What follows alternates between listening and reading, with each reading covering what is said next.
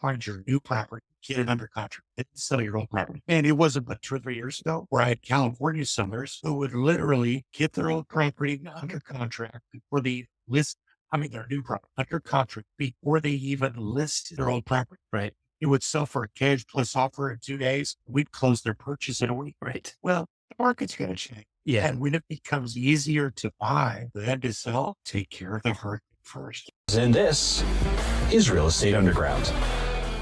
Greetings and salutations, Real Estate Undergrounders. It is Ed Matthews here at the Real Estate Underground podcast. Thank you so much for joining us today. Today's a really cool episode because it's something that I know a lot of experienced real estate investors are looking at and tackling. Joining me today is Dave Foster, and he is the 1031 investor and somebody that I've been following and stalking on YouTube for quite some time. So Dave, welcome to the show and thank you for joining us. Hey, thanks. It's great to be here. You know, that's kind of a dubious claim to fame, to be the 1031 investor. Yeah, you better live There's up about a million other people doing these efforts. Right. But I'll take it. That's okay. Yeah, sure. Why not? It's so, one of the things that interesting in kind of doing the background is your story and how you got to where you are. So the folks that haven't discovered you online yet, you want to just fill them in on your story and what you're all about? It hit me the other day. My story is really a story that I get to recount for everybody out there. So Right. they can learn my mistakes, right? Yeah. So it's been fun to watch this last real estate cycle because it's not my first one, but they're all very predictable. And it's so fun to watch people catch the bug for real estate investing, right? We were no different back in the mid-90s. My wife and I had our first child, and we said, oh my gosh, throw the TV away. How do we find more time to Right. spend with this little creature? Right. And so we wanted to get off, maximize time. How could we do that? Well, like so many people over the last 10 to 12 years, let's go into real estate. It'll be easy, they said. How hard could it be? You'll make a lot of money, they said. So I went and I bought a duplex in Colorado, fixed it up, sold it, made a ton of money. I made enough money that I had my accountants at work tax. I paid $30,000 in tax on that. Well, that definitely put a crank in our goal. Yeah. I'm trying to get off corporate training. That where the impact of that is, and is it also that if I would have had that $30,000, been able to use that for my benefit, that's $3,000 a year, Right. Basically a return I was losing. Yep. That was 30 years ago. Yeah. It's $100,000 a lot of money. from one transaction. Right. So there's my screw up is I paid the tax when I did. Part of my frustration with that is what led me to find 1031 exchanges. Mhm. As an accountant, I'm kind of a nerd. I read the tax code and I discovered this thing and it just got through a huge lawsuit and was now going to be available to regular investors. Like I said, oh my gosh, this is the answer because now we can take money we make off real estate plus the money we don't have tax. And then we get to use that to build more and make more money on compounding interest. Beautiful. That. Yeah. So over the course of years and a couple other weeks of the transactions, we took that start of our portfolio. We moved it from Colorado to Connecticut to Florida. Ended up buying a 53-foot sailboat with tax-free dollars and raised 4 kids on a sailboat for 10 years off of the income of a fleet of vacation rentals. Wow. Purchased with tax-free dollars. Wow. Phenomenal. So where in Connecticut were you? Because that's where I'm based. Okay. We were in Stanford. Fancy part of the state. I live in We the, thought we were going to sail from there, but a year or two, we realized that the sun don't shine in Long Island. We said, we're out of there. yeah, good for you. Good for you. And so, obviously you're an accountant and you are, talented at what you do. You could have done anything. So, you could have owned franchises. You could have started your own business. You could have grown your firm, whatever. But why real estate as your vehicle? Real estate, I think, has the greatest opportunities and flexibility. You can be active. You can be passive. If you have a certain liking for a certain niche where you live, you can invest locally. Yep. Or you can invest worldwide. The sky's the limit in terms of what you invest in, whether it's residential, commercial, or land. I grew up as a Kansas farm boy, and we assimilated over the decades a farm that was made up of many homesteading farms from back in the 1800s. Sure. And it was that the United States government realized the power to kickstart nations economy by giving people land to build on and develop. So I think all along I've kind of innocent my blood. But the thing that I've realized over time is that there are really just two groups of people in the world throughout all of history who have always ruled the world, always the banks and land. And I'm too lazy to start a bank. So I just It's have too hard too. It's really hard. I have a I friend. like it, flexibility. And I like that you can come in and you can go out and it works for me. And so, when you approach a property, knowing that you're an accountant, which means most likely you're fairly system operated in terms of the way you run your business. How do you, from an operational perspective, how do you take a deal from, a broker or wholesaler, or are you talking to a property owner and deciding you want to invest in it all the way through the life cycle to the point where, it's now operating at peak efficiency and you are deciding, is this a property I trade up from or is it a keeper? And so That's a great point. Yeah. I'm curious how your philosophy on that. So the last part you just said, how do we know when to get out? That's kind of part two of the equation. Yeah. Because we're never going to go into something that's good. But I think there's one calculation that I see so many investors ignore. And it is, I think, the most powerful calculation that you've got to do when you're underwriting a plan. And that is the internal rate of return. And the reason why nobody does it is because they don't understand it. And I get it because it's weird out of account. But if you just think that when I buy a piece of investment property, I'm not just making the difference between my expenses and the rent. There's so much more to it. Absolutely. And the internal rate of return calculates all of those different aspects. So, we go on these forums and they say, I'm making $100 of cash flow every, and we go, well, let's make sure you're doing that. Are you accounting for vacancies? Are you creating funds for expenses? What's your CapEx exposure? Those kinds of things. Right. And to go into it. But then we'll also say, they might take the other route and say, this is horrible. I said, how do you know? Well, because it's only $100 a month. How much is the loan are your tenants paying off every month? Right. It's part of the internal rate of return, the amortization. What about depreciation benefits that you're getting as a tax write-off? So you're paying less tax because of that. And then, of course, what about appreciation? And not so much what do you think is going to come, but how has your property appreciated? And so then where do you think it's going to go from there? So I love that for-profit approach of the internal rate of return. And that's how we get. And I think, throughout my career, it's been ever so easy to generate more than 10% a year on what some would say are the worst deals. Yeah. Because I take into account all of those things. So when I go into a good deal, though, part two comes up, right? How do I know what it's going to lead? And this is where the 1031 exchange can really be valuable to you because it's going to let you leave that property, but take the tax with and proof. And so I start just asking, why? What's the big why? Why are you thinking this stuff? You can put a new roof on this, right? That's looming capital expense items because you're going to get any more money for a brand new roof than you are for a 10-year-old, but you're going to have come out of pocket for 20 or 30 years. So why not do the 1031 exchange or sell a property to CapEx and go buy new construction? Or you might feel that the property you got is kind of peaked out appreciation. How many people in Los Angeles or in Palo Alto sold because things were starting to stay and ridiculous amounts? You know where they went? They followed Elon to Austin. Right. They bought cheap Austin dirt. Well, what they did was they went from an area of high appreciation that was staying, and they bought in areas of low appreciation where they could let the market up. Right. So another thing, is there a market you see that's going to become, but isn't yet? If you've ever looked at the Smoky Mountains of Vacation Rentals, Gatlinburg, Summerville, places are crazy right now. 10 years ago, you couldn't find anybody wanting to go on. So it was a market where everybody saw the potential. People started to see the potential, but it didn't exist yet. So they sold where they could make money. They bought in the market that was going to be, but wasn't yet. We all go through what I call the life cycle of a real estate investor. You and I are both in it. You're so much younger than me. You're probably in a different state of that. But we all start out with more energy than money, right?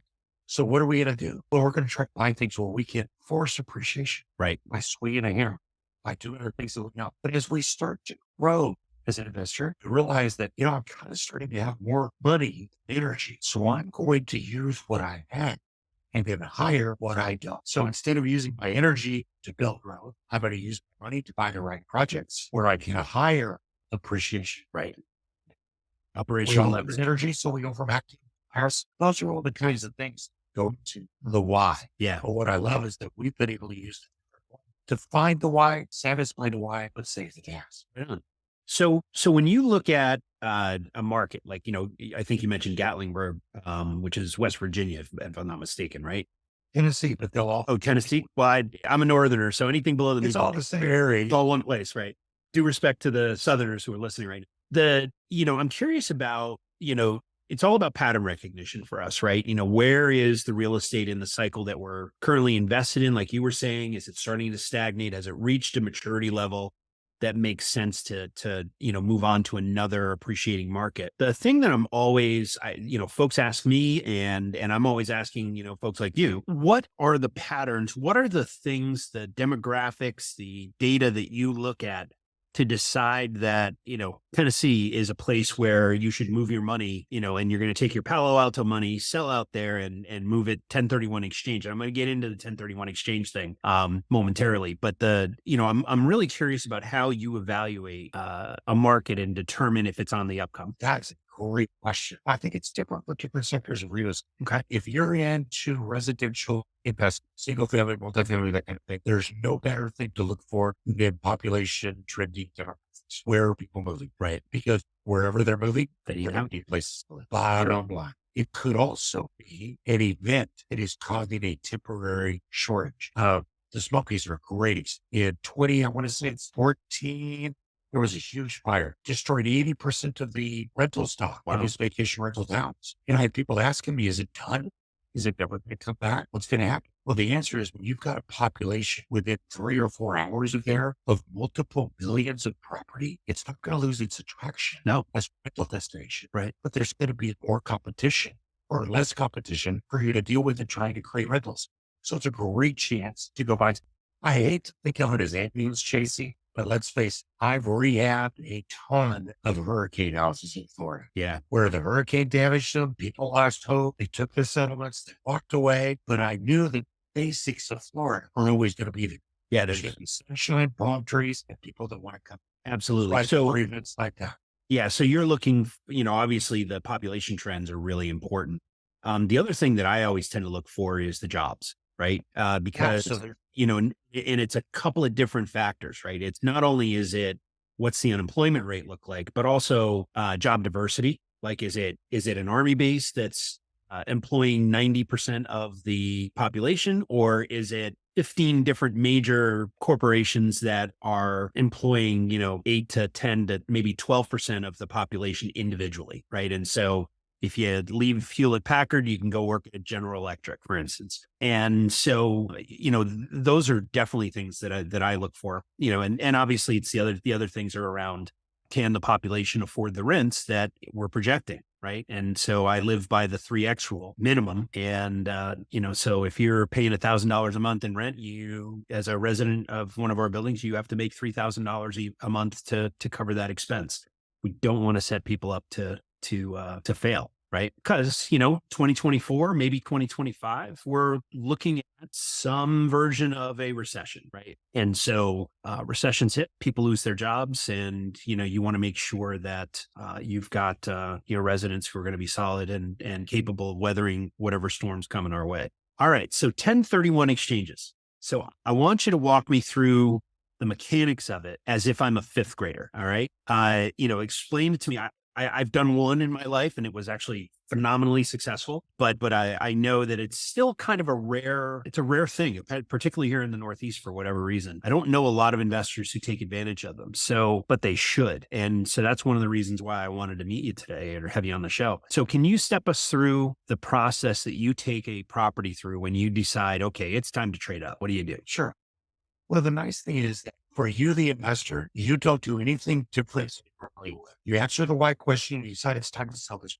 So you're going to use all of your regular professionals. You'll hire whoever it is to fix the property up, get it ready. You'll hire a realtor to list it and market it. Yep. You'll get the property under contract. And in the Northeast, it's going to go to a real estate attorney for closing of escrow. For most of the country, they use title companies. Same difference. It's whoever's going to close escrow. Yep. Yeah. It is right at that you'll start to see the temporary. because the IRS does not let you do it yourself. You have to use the services of a related third party called qualified intermediary. They cannot do anything for you other than just the administration of the exchange. So kind of like Switzerland on everybody's butt, Right. because all I'm going to do is the 1031. So a realtor doesn't fear me, title company, attorney don't fear it.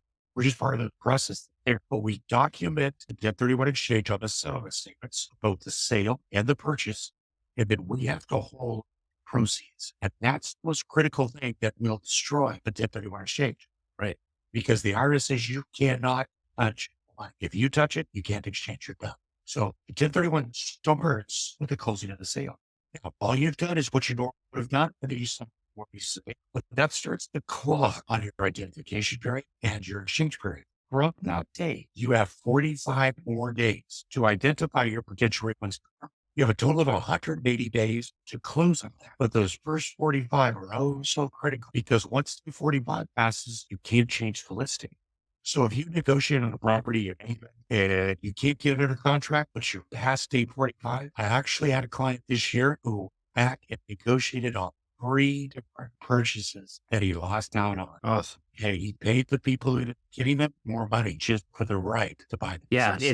Spend an extra 50 grand so you don't get whacked with 150 grand in That's exactly right. taxes, right? Yeah. Oh, I mean, that's a That's nasty, nasty day. yeah. There's no way to make that day feel good. Yeah. But time tends to heal all. So exactly. So keep going. So you find the property you want, you get it in the tracker. I tell people, don't think of the identification as a period to simply identify. Think of that as, oh my gosh, now to have my property contract, because that's how you're going to start to make increase. Right. And as a matter of fact, quick hack for everyone. You can be under contract for your new property before your old property closes. So I've heard about this, that, the advice I was given was exactly that is, if you're going to execute a 1031, you are highly advised to already have identified the property you want to buy before you sell. Yeah, of course, it a little bit depends on what kind of market you're in. Sure. And I tell people, let the market speak to you, and you tell me what's the hardest. You're going to have to do that first. Right. So right now we're still in a seller's market to find good properties. Yep. So do the hard first. Go find your new property, get it under contract, and sell your old property. And it wasn't but 2 or 3 years ago where I had California sellers who would literally get their old property under contract before they list. Their new property under contract before they even listed their old property. Right. It would sell for a cash plus offer in 2 days. We'd close their purchase in a week. Right. Well, the market's going to change. Yeah. And when it becomes easier to buy than to sell, take care of the hard first. Get your old property under contract, then start looking for your new property. Makes sense. You can see the time frames. And that has a benefit of decreasing the amount of time with cash. Because that clock is a ticking. So one of the other things you said is actually a question I have around the way you handle the transaction from a financial perspective. So when I'm gonna use a real world example. You have a building that has appreciated by $500,000 over the course of, 10 years, and you go to sell that, and so you're going to pocket, just for mathematic simplicity, that $500,000. You would like to take that money and 1031 exchange some, not all. And I'm curious if that's possible. In other words, I have a 4-family in here in Connecticut that I owe about $95,000 on. I sell my big honkin' 10-unit apartment building for $1 million. I make $500,000. I take 100 grand and I pay off my existing 4-family, and I take the other 400 grand and I 1031 exchange it. Can you do that? Beautiful example. So the reinvestment requirements are twofold. You must, if you want to defer all tax, purchase at least as much as your instant. In your case, that would be $1 million. You do get a deduct closing costs and that kind of thing. Right. And your base. $1 million. You have to buy at least $1 million in real estate. You have to also use all of the proceeds from the sale to do that. So as part of the sale, you pay off $100,000 in loan. You're left with $900,000 and the need to purchase at least $1 million in real estate to do that.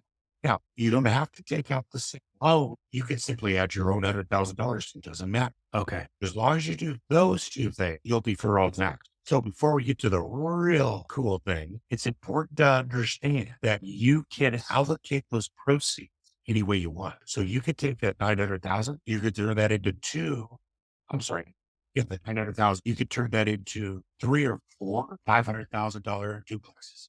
using your proceeds Right. as down payment. As long as you purchased it, as much as you sold, as long as you used all the proceeds. And one of the things that I'm casting some of my business do now as a edge against recession and the nasty interest rates we've got right now, which by the way, really aren't all that nasty, but No, they're really not. I mean, historically, they're right on par. exactly, is to say, take 700,000, go buy a property for that. Then take the other 200,000 and use that as a down payment. So that at the end of the day, did you purchase a million? Yep. Did you use all that cash? Now you have one property free clear. Right. It's basically not a risk. All you got to do is the lights. Yeah. And the other property you use to make the back of the same debt. So that could be a great little tool to do what I call diversify or expand. Right. Now, here's another thing that you can do, and this leads into your specific question. This was what we just talked about, was in order to defer. But if you got $500,000 gain, let's say tired of that. I just don't want it anymore. So instead of buying a million, I'm only going to buy $900,000. Mhm. When you do that, you can use 900,000 cash. No debt. Boom. You will pay tax only on the difference between what you sold and what you purchased. So in your case, you have a $500,000 total. So you would pay tax on that $100,000 difference. You're still sheltering the tax on the other 400,000. And in your case, with depreciation and everything, it's between 80 and 150,000. Yeah. But you're still sheltering. But you turned a property with some debt into debt-free property. Smart. That's brilliant. Okay. So I heard you say that there's a really cool thing that you want to talk about. So I'm gonna add. Well, let's go there next. Well, that was just it. We were talking about Okay. the recession of your portfolio. Gotcha. And flipping and flexing. Because remember that life cycle we talked about? Typically, the most common investor demographic that I run into is what I call the accidental investor. Right. They had no intention of it, Right. but they were two people in their careers who each owned a house, got married. Right. Voila, they're now investors. And a few years go by and they, wow, it's kind of nice to get that cash flow. Right. Why did we sell that property? Do the 1031 exchange, but instead of buying one, we're going to buy two. Because when I buy two, I get twice the cash flow. Right. Or in many cases, if I'm selling an expensive asset and buying two cheaper assets, I'll generate more dollars per square foot. Because I might be able to rent, say, a $100,000 property for $1,000 a month. Yep. But a $200,000 property only generates 1,800. Well, why not sell the 200,000 by 200,000 and up my cash flow by 400 a month? I can. So that's what I call diversify. Right on. As you start to get tired, you start to sell 5 properties at a time and use them to buy one more expensive property. One of the multifamilies like you're moving into, sell 2 or 3 duplexes, time it so you can combine into a larger 12-plex. It's beautiful. And then you turn that into even more passive and things like Delaware statutory trusts, wholly managed rentals, triple net commercial properties, all these kinds of things that satisfy you where you're in the real estate. Very nice. Okay. So we are coming up on the clock here. So I want to get to a section that I affectionately call, because I am a college basketball nut bar, I call it the Final Four. So there's 4 questions I'm going to ask you. And they aren't that hard, but I'm always interested in how, accomplished real estate executives and investors think about these things. So before you start those questions, because you're okay, I'm going to give you the answers right now. Okay. They are the Final Four: K-State, and who cares? What you got for me? I would like to debate that because I'm a Villanova fan, but they had a down season. So I'm gonna hold on. I'm with you. You guys had a run last year. So, all right. So, obviously one of the things that we're always, that I'm always mindful of is that I've been blessed with, mentors and friends who have kind of thrown an arm around me and given me, shown me the 19 ways I'm screwing up and most importantly, how to fix them. And so, I'm curious about your mentors, your coaches, the folks that you've trusted over the years, who gave you the best advice you ever got and what was it? From a strictly real estate perspective, let me throw a name out to see if you recognize it. Carlton Sheets. First program I ever bought in my entire life at 3:00 in the morning. Absolutely. What I loved about what Carlton taught was that he taught you to do the work and you to keep an eye. Remember, originally it was always like invest within 15 minutes of your house. Right. Because nobody's going to watch your nest like you will. Right on. I remember Warren Buffett actually took that a step further by saying, everybody says, don't keep your eggs in one basket. Keep them in one basket and watch that basket very well. So Carlton was a great early influence. Although, sometimes you don't want to let people know that there was a guru in my life, but that's okay. We all have awesome stuff. I've hired an accountant 35 years. His name's Andy, so he's affectionately known as Turbo Andy. And he has walked with me through every step of our real estate journey. I am an accountant. I don't do my own taxes, right, because I don't want to have a full quarter client. Right. And Turbo Andy's best piece of advice, first year I hired him, he goes, Dang, I see what you're all doing, but you got to stop and start paying yourself first. Deal with the rest of it. Good advice. It's something that, frankly, I learned the hard way pretty early on in my full-time career. And I'm glad one of my mentors, Charles Dobbins, told me the same thing. And, it's thankfully I've now corrected that problem. So the other thing that I'm always curious about is, leaders, business leaders, civic leaders, whatever, they tend to be readers, right? And these days, consuming information, between podcasts and books and Audible books and, conferences and YouTube and all that. I'm curious, who are the authors or creators that you're paying attention to these days? And how do you consume information? I'm still a reader myself, probably because I'm slow, but that's okay. I like to highlight things and come back to it. You're an active reader. Yeah. It's so hard to listen to podcasts and scroll back. So I am a reader. I read the Proverbs. There's 31 chapters in Proverbs. Most months there's 31 days. There is more business wisdom inside there. It has ever been printed in the world of man. And I love this, the Proverbs of this.